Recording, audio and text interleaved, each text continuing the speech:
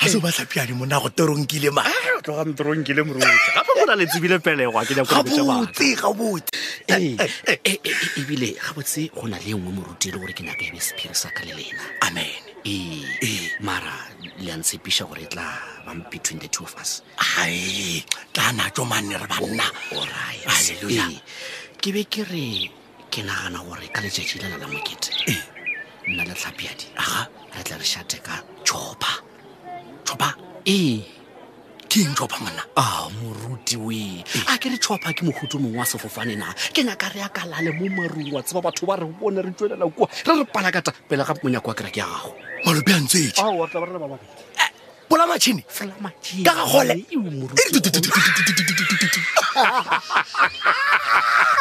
go konkele gona bonae a ke sa tseba gore ke itieng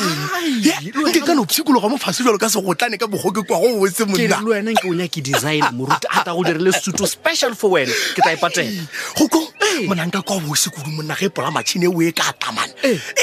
satane le tsamesela dintšhuto di swabe korele wa seneng pelo wa one gore fase a re pu namararaga wa swa molona mola rena bomorwa kgole re reke lemone ngwana o sana le dinale lemone ngwana yona o sana le dinale